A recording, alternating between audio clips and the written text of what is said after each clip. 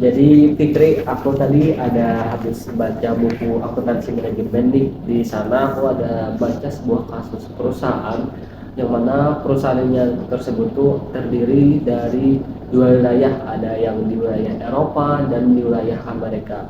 Nah, pada suatu saat di wilayah Amerika tersebut terjadi penurunan kinerja dan penurunan dari kinerja keuangannya, dari operasionalnya juga. Nah, sedangkan di sisi wilayah Eropa itu sedang lagi baik-baiknya nih dari sisi kinerjanya. Nah, pada suatu ketika perusahaan dari induknya itu mengambil sebuah kebijakan yang mana akan menaikkan harga produk dari wilayah Eropa dengan tujuan agar wilayah Eropa mengalami penurunan pendapatan alias penurunan laba, sehingga pengenaan pajak di sana dapat dikurangi atau bahkan dihindarkan nih. Jadi itu dapat menutupi kerugian dari wilayah di Amerika. Nah, menurut kamu bagaimana tentang kasus tersebut, Pik? Baik, kalau menurut saya dari yang dijelaskan oleh Farid tadi itu tuh sebenarnya kurang adil karena mereka tuh sengaja membuat keuntungan di Eropa tuh terlihat lebih sedikit supaya mereka tidak perlu membayar pajak di sana atau di Amerika Serikat. Tetapi ini membuat manajer di Eropa tuh kehilangan bonus mereka dan keuntungan mereka juga dikurangi secara sengaja yang seharusnya diterima lebih banyak dari sebelumnya tuh. Nah, skema minimalisasi pajak yang dijelaskan kepada Dedi yang dijelaskan Anda tadi sebenarnya tidak sepenuhnya baik dari segi etika. Ini karena skema tersebut mencoba untuk memanipulasi angka keuntungan agar perusahaan membayar pajaknya lebih sedikit. Meskipun hal ini mungkin legal dari proses pemerintahan pajak, tetapi terasa kurang adil karena mengurangi keuntungan emisi yang seharusnya didapat dan memengaruhi bonus para manajer yang ada di Eropa. Itu menurut saya. Oke. Nah, jadi menurut Fikri begitu. Nah, menurut kamu nih, Fik, apa yang akan kamu lakukan jika kamu menjadi seorang Debbie tersebut yang terdapat di dalam kasus itu? Kalau saya berperan sebagai Debbie, mungkin saya tidak akan langsung menyepakati kesepakatan tersebut. Tapi saya akan melakukan beberapa langkah untuk mempertimbangkannya. Yang pertama tuh melakukan klarifikasi dan mencari informasi tambahan. Jadi saya akan mencari informasi lebih lanjut untuk memahami alasan dibalik kenaikan harga tersebut. Yang kedua tuh melakukan diskusi lebih lanjut. Jadi kemungkinan saya akan berbicara kembali dengan Jeff atau manajer lainnya untuk memperjelas kekhawatiran saya terhadap kenaikan harga.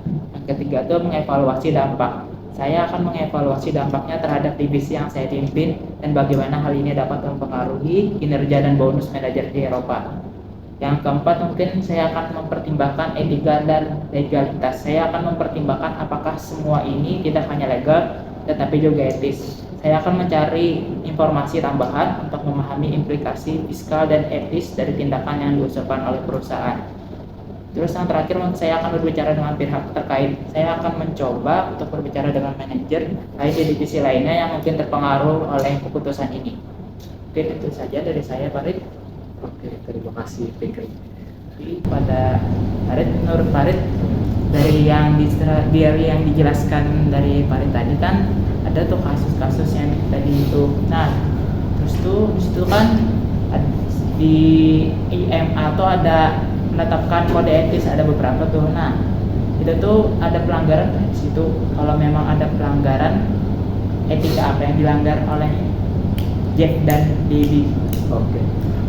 Berdasarkan IMA, terkait dengan kasus tersebut itu terdapat pelanggaran perilaku etis untuk anggota IMA, yaitu Institute Management of Accounting. Nah, khususnya itu dari integritas. Nah, di sini terlihat bahwa ada manipulasi PIK yang direncanakan dalam perhitungan keuntungan dan pajak perusahaan. Nah, yang tujuannya itu mengalihkan keuntungan ke divisi Eropa. Meskipun ini mungkin dijalankan secara hukum, akan tapi tujuan dari tindakan ini tampaknya tidak sesuai dengan integritas dalam pengelolaan keuangan perusahaan ini.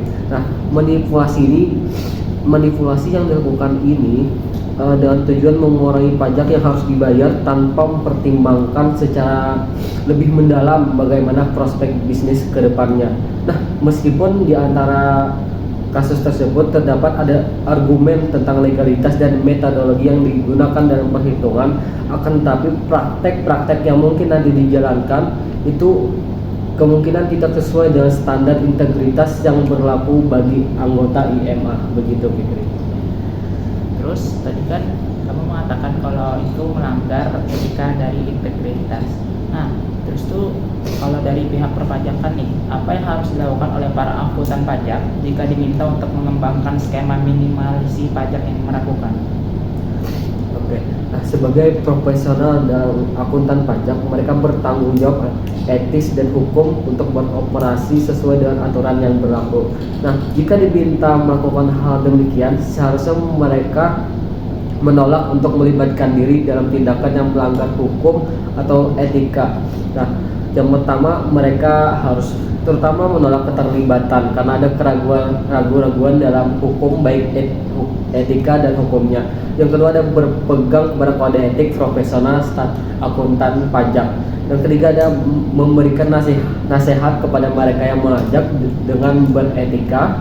Yang keempat ada melakukan pelaporan yang sesuai. Jadi kita sebagai akuntan pajak harus tetap melakukan pelaporan yang sesuai dengan hukum yang berlaku.